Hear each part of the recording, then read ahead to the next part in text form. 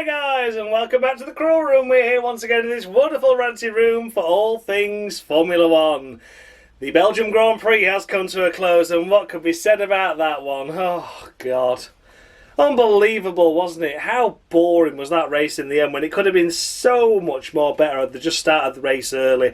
I'm not saying that they should have started the race immediately and gone straight away at 2 o'clock UK time like it was planned. I think there did need to be some delay because the rain was torrential. But it didn't need to be an hour and 20 minutes. We didn't need 4 laps behind the safety car. We didn't need a rolling start. It was all just a bit pathetic. If you've never seen this series before, I award the drivers out a maximum of 10 points based on their overall race weekend's performance, and I go all the way down to 0 if they have a particularly bad one. Take a look out for bonus points. They're sometimes offered. Some drivers do something extra special during a race. On the rare occasion I do all minus points, those drivers do something extra special, but for all the wrong reasons. As this is a sprint race, I have got a format in place for that to cover the bases. Drivers can be awarded up to 3 additional bonus points on what I score them for the overall weekend if they have a particularly good sprint race. It's not applied to every driver, of course, and yeah, if I don't really talk about it, that means I don't really care about what that driver did in the sprint. But yeah, up to 3 bonus points for certain drivers who I think excelled in the sprint race. So let's take a look at the current Crawl Room standings then going into this episode. It's on the screen now for you to take a look at. Have a look and see where your favourite driver is, and based on how well they did this weekend, can you see them going up? Can you see them going down? There's a lot to play for still. We're halfway through the season. This, of course, being race number 13. It's very tight at the top. Nico Hulkenberg taking the lead, of course, but a long way to go. A lot can happen. And, yeah, as you can see, we've got 1 driver in the disqualified pile so far of Liam Lawson. He's been disqualified for a number of races already. There's a couple of drivers on final warnings as well, Lance Stroll and Yuki Tsunoda, I believe. So any more antics from them, and they will be joining the disqualified pile as well. So they need to be on their very best behaviour. We'll take a look at the team standings as well, shall we? While we're here, we may as well, haven't we? Of course, this is scored cumulatively over what the drivers score over their respective weekends, added together and put to the team's tally, and I can manipulate this separately. So if I feel that drivers are under-delivering for the teams and what they have been given in terms of vehicle performance, etc., I can award bonus points to that team, and if, of course, I think the team is under-delivering, I can award minus points. As you can see with the likes of Ferrari and RB, yeah, I'll be taking massive amounts of points off them for screwing their drivers over earlier on this season, so they'll be tumbling down at the bottom of the order after the final round of the championship plays out, where the final board will be revealed. So without further ado, then let's kick things off with the race winner, shall we? Oscar Piastri, what's your favourite pastry? Hooray, hooray, huzzah! And McLaren has won in a race where McLaren should win. Oh God, what a surprise. For Oscar Piastri, though, it wasn't pole position, it was P2, but crucial, he got off the line really nicely, got turn 1 right, whereas Lando went a little bit wide, cost him momentum all the way up Blanchimont and down the long Kemmel Straight, and then he made his attack. He made his move, did at Piastri, and went around Lando Norris with relative ease. He then just led the race from there. There's nothing else can be said about that. That's how spectacular the Belgian Grand Prix was. We saw that move on lap 1 for the lead, and that was that. Very much like the sprint race as well, of course. But yeah, you know, that was it. That was it. That was really all to be said. The sprint race, I'm not awarding bonus points to the McLarens because they didn't bloody win it, and that annoys me. They should have won it, I don't care. I don't care if Max Verstappen's got a skinny rear wing. Still bloody faster than a Red Bull McLaren, God's sake. So yeah, Oscar Piastri gets no bonus points for the sprint anyway. But for the race itself, I've gone for a solid 8. He can have 8 out of 10 for me. Didn't get pole position, but drove well after that. And of course, the sprint race itself should have won, but didn't. That's all I'm going to say about that one. But yeah, once again, Oscar Piastri doing a solid enough job, beating his teammate, extending his championship lead, but it's still not a perfect 10 weekend because he's not totally dominated it like he should be doing in that car. 8 to Oscar Piastri. Second place, we come to Lando Norris in the second of the McLarens. Yes, indeedy do. Qualified himself in pole position for the main race and then threw it all away. Didn't really throw it all away, just got a little bit wide into turn 1. Lost momentum, of course, as mentioned, talking about Oscar all the way down the long straight. Oscar went around him. That, of course, then meant that when it came to the time to switch onto the dry tyres from the degrading intermediates, he was second in command. He was the second driver, so he had to put on the tyres a lap later. That then extended the gap over to Oscar. Didn't have the neatest of pit stops either, which also cost him an additional second and a half. And then he had a gap of about 7 seconds after the pit stops, whereas it was like 3 or 4 beforehand. It went to 9 at one stage, of course. Lando opting for the hard tyres as opposed to everyone else that went for the mediums, just to give him something to try and fight with. And then he was slowly ebbing away and closing the gap a little bit. It got to around 3.5 seconds at one point. Then he went wide at turn 1 again, lost another second and a half there, and that was it. So yeah, that was exciting as it got.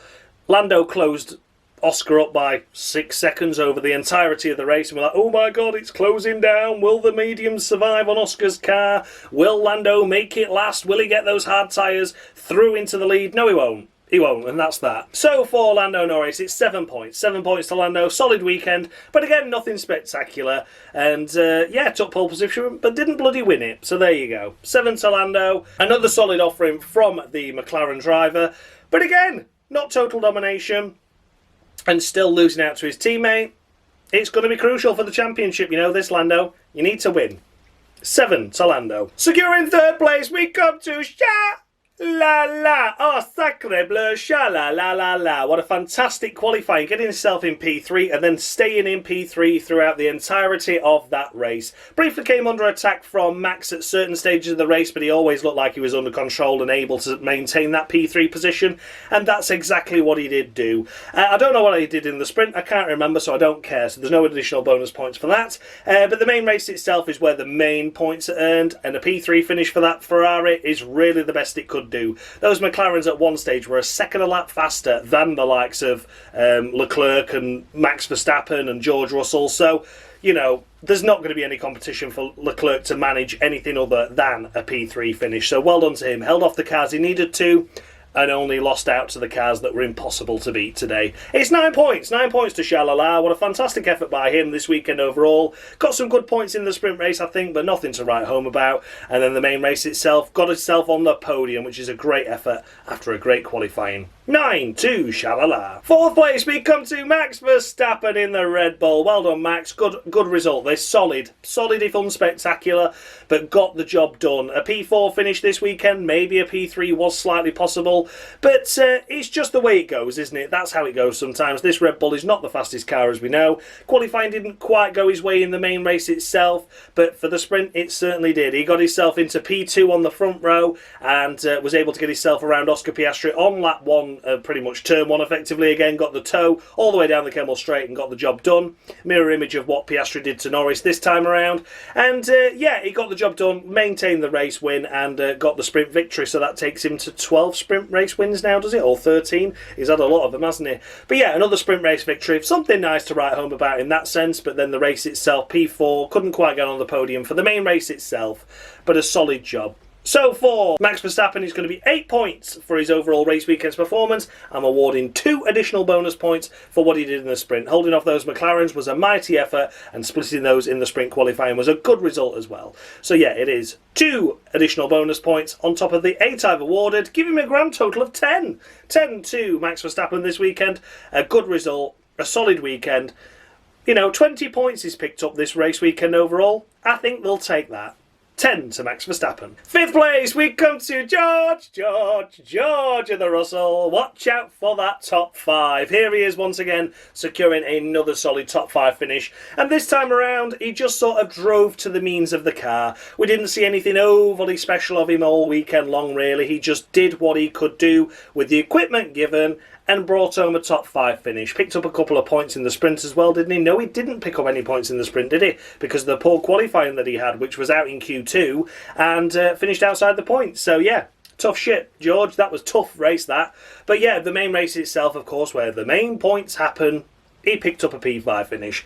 Not bad. Not bad at all. Shame it wasn't anything more. At one stage he was fighting with Max Verstappen as the little gaggle of cars all came up on a Haas that had not quite yet pitted for the intermediate tyres. They were all on their hot slick tyres, of course, and they were trying to fight the way through and squabble, and then George was trying to get past Max as well. Didn't quite pay off. But apart from that, a solid top 5 finish. They think they've gone the wrong direction with whatever they were trying to do over the last couple of months, and that's why they've lost pace since Canada, where he took the victory and it looked like things were going their way. It's role reversal now. Top 5 finish is what they can declare as a good result. So for George overall this weekend, it's 7. A solid 7 to George of the Russell. Nothing that was really to write home about. But again, still doing the job, picking up points. Fair enough. 7 to George of the Russell. Securing 6th place. It's nice to see him back up here inside the top 6. It's Alex Albon. What a great effort by Alex for the main qualifying and for the main race as well, of course. Qualified himself in P5, just lost out to George Russell in the early stages of the race to drop himself down to P6. But then after that, drove really well, held off the likes of Lewis Hamilton as well to secure this P6 finish. So he came under pressure at times, but delivered well, drove clever, did a really good job, did Alex. Really impressed with him. Nice to see that the Williams reliability seems to be back at last as well, because that's been costing the team some crucial points. But here a P6 finish and 8 points, outscoring the rest of the midfield team. That is exactly what they need to do. A big tick for that. And finishing in for Ferrari as well, which is a great effort. Alex Albon this weekend is getting 9 out of 10 from me. Really impressed with that. Good to see Alex back up here inside the points. Good to see Williams have the pace as well for a Q3 appearance, and not just that, but to be firmly inside that Q3 and the top half of it. That was a good effort. A P5 qualifying, great effort. Sainz, of course, mirrored that in the sprint as well. So, yeah, Williams are looking good. They've just got to put the complete package together now. We need to get both drivers in those sprints and in those main races every single time now to keep this momentum going. Keep it going, keep picking up the points. The P5 in the Constructors could be theirs quite easily, but they've just got to make sure they maintain this. Keep the reliability up, keep the performance of both drivers within the window to always score points as well. That's mainly been Sainz's fault this season, not Alex's. But yeah, this weekend has been a great one for Alex overall to pick up 8 points on the board. And shame he couldn't deliver anything in the sprint. Points were certainly possible there, but nonetheless, 9 on the board for Alex Albon for what continues to be an impressive season. Securing 7th place and collecting 6 points, we come to Lewis Hamilton in the second of the Ferraris.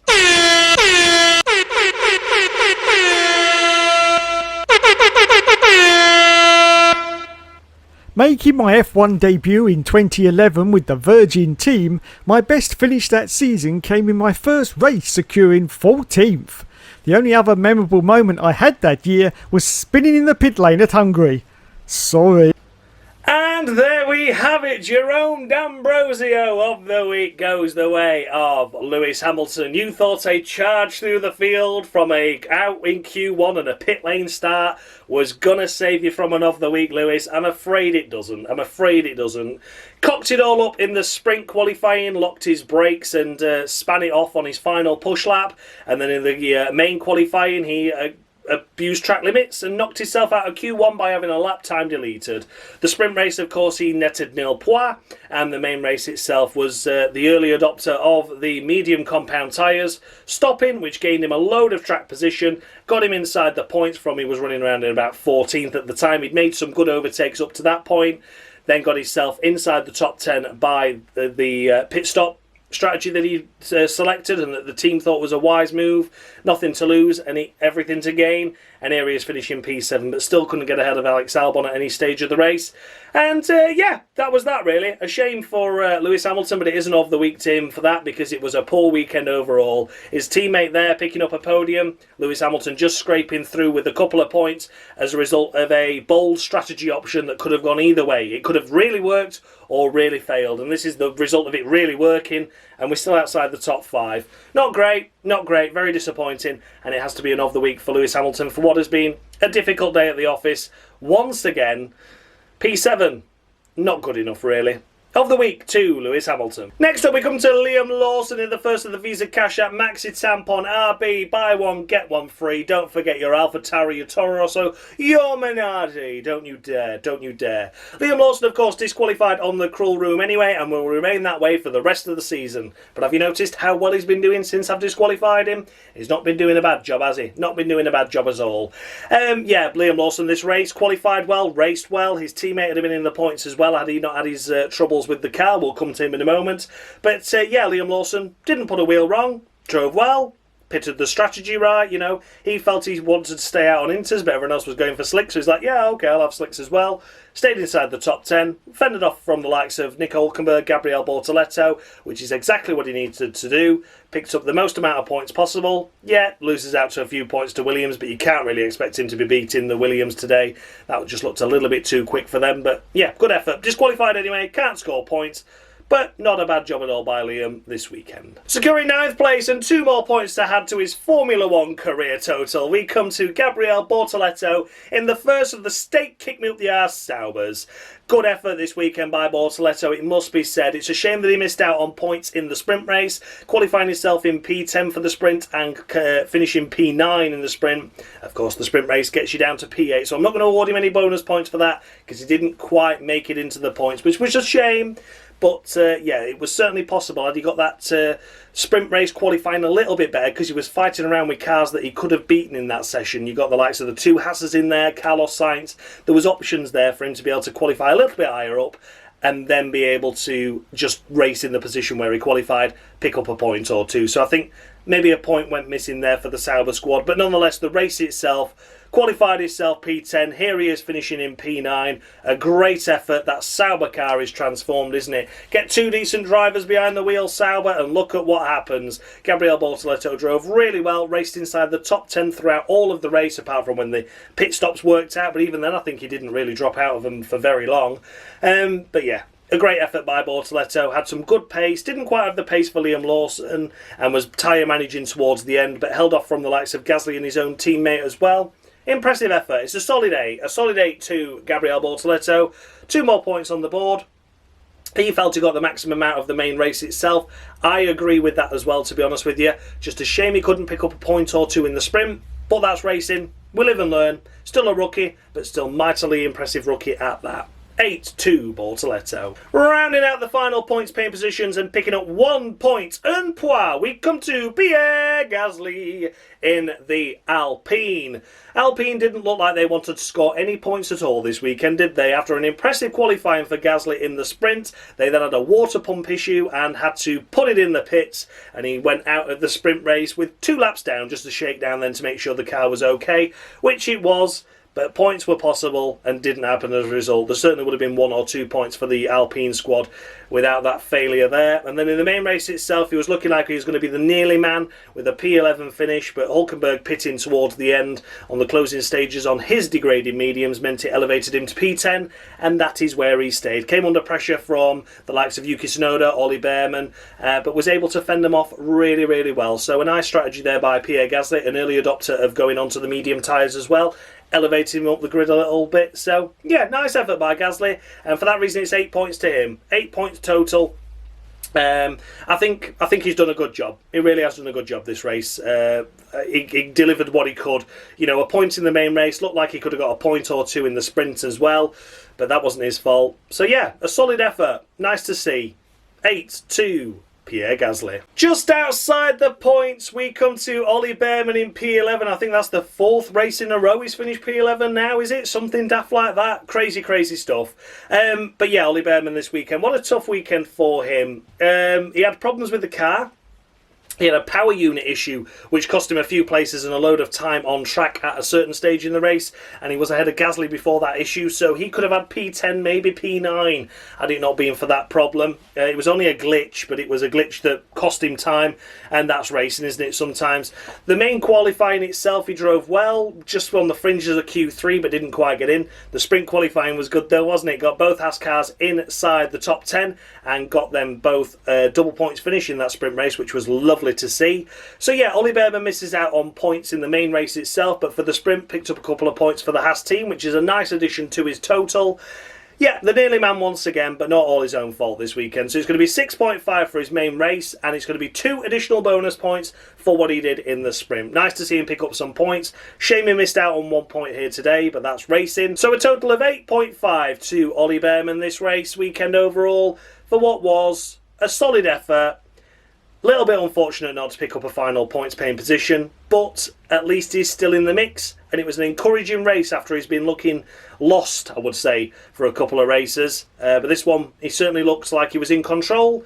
it just didn't go his way. 8.5 to Oliver Bearman. In 12th place, we come to Nico Hulkenberg. Oh, needed that. Nico Hulkenberg, here he is in P12. What a shame, from the heights of a podium to nil point this weekend in Spa. Great shame that. He got his qualifying wrong in the sprint qualifying session and was knocked out of Q1. There was a Q2 elimination in the main qualifying, 14th place, as opposed to his teammate who got into Q3 once again.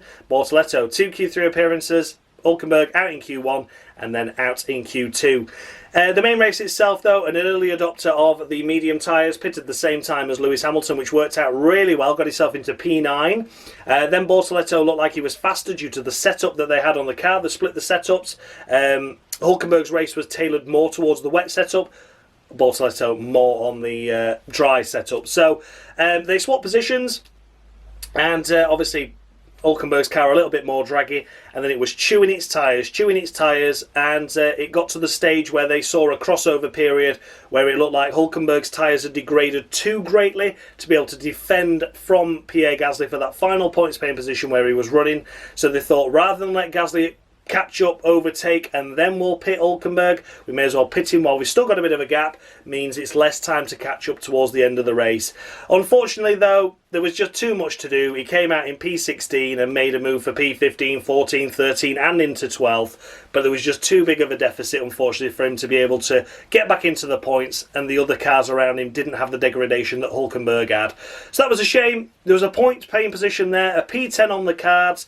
I was watching it for starters going, why on earth have you pitted him? Why have you pitted Hulkenberg? He was running around in 10th, he looked comfortable, but obviously had he started to lose time greatly to Gasly, it was only a matter of time before he caught up, overtook, and then that was it. He was outside the points anyway, and he'd have probably finished a lot lower than 12th had he not pitted. So, you know, I guess it's one of those things, isn't it? Damned if you do, damned if you don't.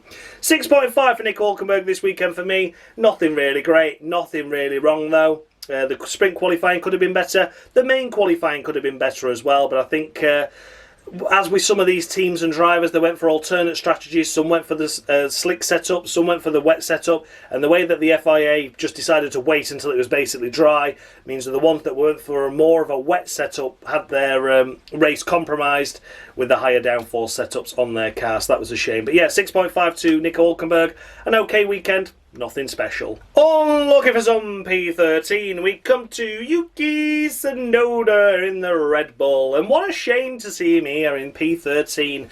It looked like he could have had some points this weekend, was only a couple of places away from Max Verstappen in the main qualifying. He's got a car that's closer to Max's car now in terms of the, not just the setup, but also the bodywork. He's got the same rear wing now, he's got the same rear floor. They're still waiting on a barge board update, so it's not fully there, but it's getting there, and it looks like Tsunoda is now able to be closer to Max. The race itself, there was a miscommunication and they told him to pit for the slick tyres as he'd already gone round the final corner. Can't pull into the pits from there, I'm afraid. And that's what cost him P7 and dropped him to P11. We then, of course, seen him in P13 because of the result of the likes of Hulkenberg coming through at the end of the race there, and the likes of Ollie Bearman as well, of course. So, yeah, tumbles to P13. Not really any fault of his own. I don't want to give him of the week for that. It was a miscommunication. The team strategy not playing out quite well. Yeah, he should have maybe pitted, but if you're not heard from your team to box, you're not going to pull into the pits and them not be ready for you, are you? So yeah, the Yuki Tsunoda, a tough one. Bit of pill to swallow that. I think he'd have been hoping for a solid top 6 finish there, and that was what would have been on the cards for him. But yeah, a miscommunication put him sort of a deficit from there, and then the race itself just sort of unravelled, but he never got into the points again, despite trying his best. 4 to Tsunoda. I think that's a fair score. It was a below average performance, but certainly not of the week worthy. Wasn't his fault, all his fault anyway. And there was some encouraging signs there, which is nice. And I want to try and keep Tsunoda going in this championship for as long as I can, because I know it's not always his fault. The Red Bull is a bag of shite for everyone else. He has got talent. He's a great driver. I think he'd do really well at every other team. But this is the card he's been dealt with. I'm trying to be as sympathetic as I can, but sometimes it's unforgivable. But this time around, it wasn't his fault. And it's 4 points to Tsunoda. Next we come to Lance Stroll in the first of the Aston Martins. Not a lot could be said about that one really. The Aston Martin was absolutely dog shit this weekend and there's nothing else can be said about that. It's 3 points to Lance Stroll. He's also on a final warning, but I'm not going to disqualify him for a poor performance of the car. He finished ahead of his teammate who decided to go for a late pit stop at the end because why not? You may as well try something, hadn't you? If you had a late safety car you'd have a massive deficit of tyre advantage, so you may as well go for it. But for Lance Stroll he just stayed out there, finishes here P14. Brilliant. 3 points to Lance. I think this is probably the longest he's lasted in a Crawl Room Championship for a while. But yeah, the good start saved him so far, hasn't it? But yeah, he's still on borrowed time, is Lance, but this weekend wasn't his fault. It's 3 points to him. What a shame! Down in 15th place it is Esti Ocon. Esti to you. Ain't like Esti Ocon. Yes, 15th place unfortunately for Esti Ocon, and his race was really ruined at the pit stops. They pitted him 2 laps later than everyone else, so that cost him track time and track position, and then they put him on used mediums because they were confident that it was going to be a 2-stopper. Well, it wasn't. It was a 1-stop, and then Ocon had to make used tyres go for the entirety of the race. Shame that. That was a shame. Yeah. He was compromised with the pit strategy, pitted him 2 laps later than everyone else for the slick tyres, meant he lost time there, and then unused set of mediums compared to everyone else's new set, compromised him even further, unfortunately. For the main race itself, I've gone for 4 points, but I am awarding him 3 bonus points for what he did in that sprint, because that was bloody lovely, wasn't it? Great to see him finish P5. P5, that was a good handful of points there, and a good double points finish for the Haas in the sprint race. So that gives him a total of 7 this weekend. 7 to Esti Ocon. It was a shame to see him have a difficult race, but I understand it. But still, other drivers did good performances here and there. And Ocon wasn't the best driver this weekend, but I think a solid 7 to total his combined weekend is a fair respective score of how he did. 16th place, we come to the second of the Mercedes in Andrea, Kimi, Antonelli.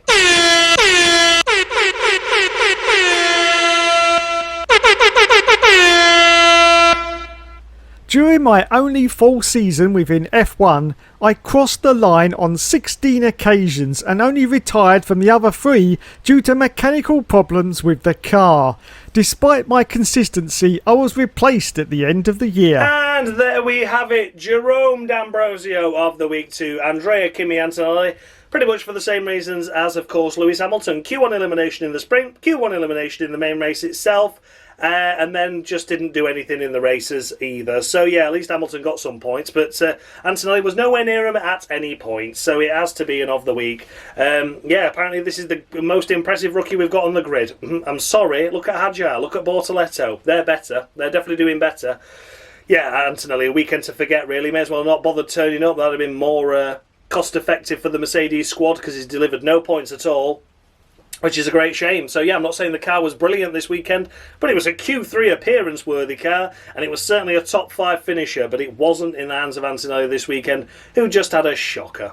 Of the week to Andrea, Kimi, Antonelli. Then we come to Fernando Alonso in the second of the Aston Martins. He's getting the same as his teammate, 3 and thank me for him. What a tough day at the office for the Aston Martin squad. As mentioned, Alonso went for a second stop because why not? You may as well, hadn't you? There's nothing else to do in them. Shall we pit just for fun? Yeah, go on then, lads. Yeah, there was nothing he could do. Just a terrible day at the office. Nothing more can be said about that. A pointless exercise. This team would have been a lot better not turning up this weekend because they've delivered or offered nothing to their drivers or to the championship in general, really. They've just trundled around quite happily. But, yeah, trundling around doesn't do you anything really good. Alonso, tough day at the office, and it's 3 points to him. 18th place, we come to Carlos Sainz, smooth operator. Again, not smooth at all.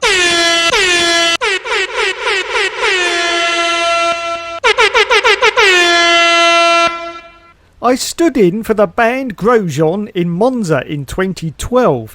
It would have been a great opportunity for me to get myself back into the Formula 1 grid, but I produced nothing more than a mediocre race. And there we have it, Jerome D'Ambrosio over the week to Carlos Sainz as well, unfortunately. He did a great job in the sprint though, so this is an of the week, but he's getting 3 additional bonus points for his efforts in the sprint race. So that's some consolation. He gets some points on the board, but also gets landed with an of the week as well. Not very often that happens. It's normally just a terrible weekend overall, but yeah, out in Q1, then it ended up being a pit lane start, which didn't really matter in the end because it all lined up behind the safety car and it was a rolling start at the start of the race. Yeah, the race itself, though, couldn't make any progress through the field and went for a second stop towards the end there. It doesn't matter. It doesn't matter. It was nothing, wasn't it? Once he'd had that poor qualifying in the main race, it was over and done with. The sprint race was impressive. A good good P6 appearance, picking up P6 and some good points for the Williams squad. It should have translated into the race and didn't. He said, admittedly, we've gone the wrong way on the setup, and I pushed for that. Why would you push for something that you knew worked? I don't get. You've changed something that you knew for a fact worked based on a mini sprint race and a mini qualifying session. And you're like, oh no, let's just change the rule book. Let's just try and reinvent the wheel. Don't get it. I do blame Sainz for that. If he tried to push it, on his own words he did, and he has to be an of the week for that reason, because that was very disappointing to see that Carlos Sainz collected no points at all when it could have been inside the top 10 easily and comfortably once again. Yeah, that's life, unfortunately. Another tough day at the office for Carlos Sainz, but at least he gets 3 points. So an of the week and 3 points is better than nothing, but he could have really done without that of the week, so I think he's getting close to a final warning now. Disappointing. 3-2 Carlos Sainz. That's only for his sprint race though, and of the week for his overall race weekend performance. Then we come to Franco Colapinto in the second of the Alpines. He's not getting of the week for the simple fact I've not got any left to give, but he's getting 1 point and he can thank me for it.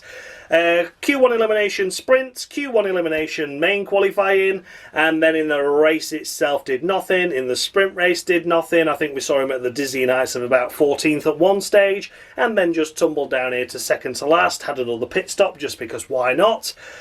Nothing else to talk about, unfortunately. Colapinto, this wonder kid that we saw in the early stages of last season, beating Alex Albon in the Williams, scoring a couple of points finishes. We then saw that he was quite crash happy. He's not been as crash happy with the Alpine, but the pace has just vanished. I'm not saying the Alpine's good by any stretch of the imagination, but he should be closer to Gasly. I don't think it would have been points this weekend for Colapinto, looking at that Gasly only scraped into a 10th place. But you'd like to think, oh, if you're close to your teammate who's far more experienced, should be around the 12th, 13th mark, I would say would be a fair assessment. Not down here in 19th, an extra pit stop and bumbling round at the back. 1 point to Franco Colapinto. Last but by no means least, we come to Alex Hadjar. That's right, it's Alex Hadjar. Is a Hadjar, has a Hadjar, is a Hadjar, has a Hadjar. Yep, damn right, you got it right. You got it wrong, David Croft. Can't believe it. It's Alex Hadjar. Alex Hadjar, for fuck's sake. Fucking, I mean, you can't say Isaac Hadjar, but now we're inventing his first name, we're reinventing it. Fucking, what a donut. What an absolute donkey. Oh, God. David Croft. As you can see, all 20 cars finished, and Isaac Hadjar was sadly the last of the finishers. Yeah, down on power. Unfortunately, the car, it had a mechanical issue early on in the race and after the first set of stops where the track dried up. He was onto the medium compound tyre. The lack of pace then showed a lot more with the track drying up.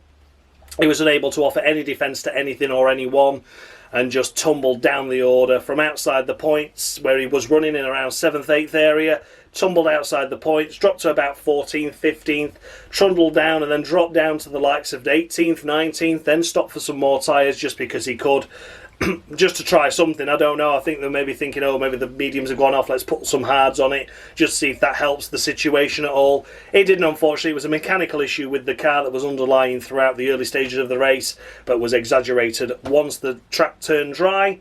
And was the only car, sadly, to finish a lap down. What a shame, what a shame. It would have definitely been a double points finish for the Maxi Tampon Visa Cash App squad had it not been for the mechanical woes of Isaac. And it would have been nice to see him inside the points as well. He certainly drove well, qualified well, he deserved that, but it went away, unfortunately.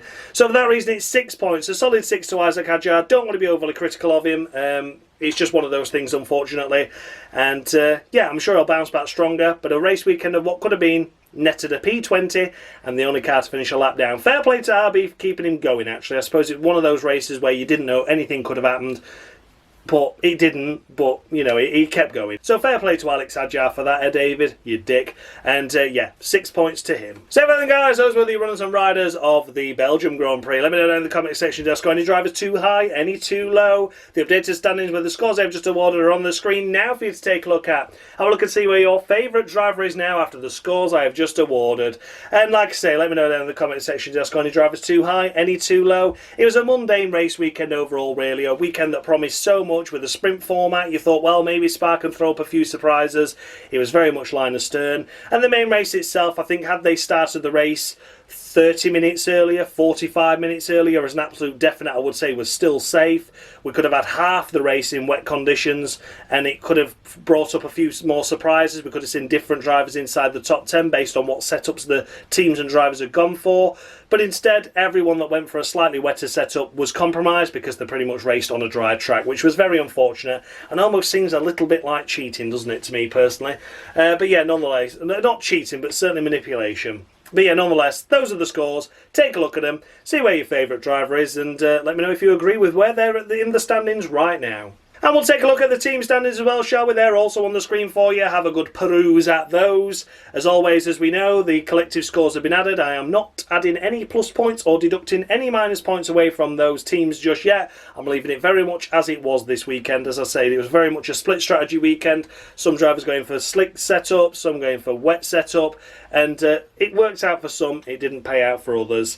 The team standings, of course, with all those minus points and a couple of plus points on the board as well, will be added and deducted at the final race of the season, at the final race in Abu Dhabi. But I think you can see that RB and Ferrari are very much out of it right now with their huge minus points. And massive thanks as always goes out to Dan Bartlett, formerly of Mushy Gaming, for providing me with the scoreboard that you saw on your screen, for the driver icons in the corner of your screen, and for the intro as well. Without him, this series would be more pointless than it already is. And who could forget Mr. Dave, F1 Games PlayStation, for providing me with the of the weeks that you all know and love. So that's all from me. I will see you all next Tuesday at 6 PM for the Hungarian Grand Prix. I look forward to seeing you all for that one, and I thank you as always for your continued love and support with the series and with the channel as a whole.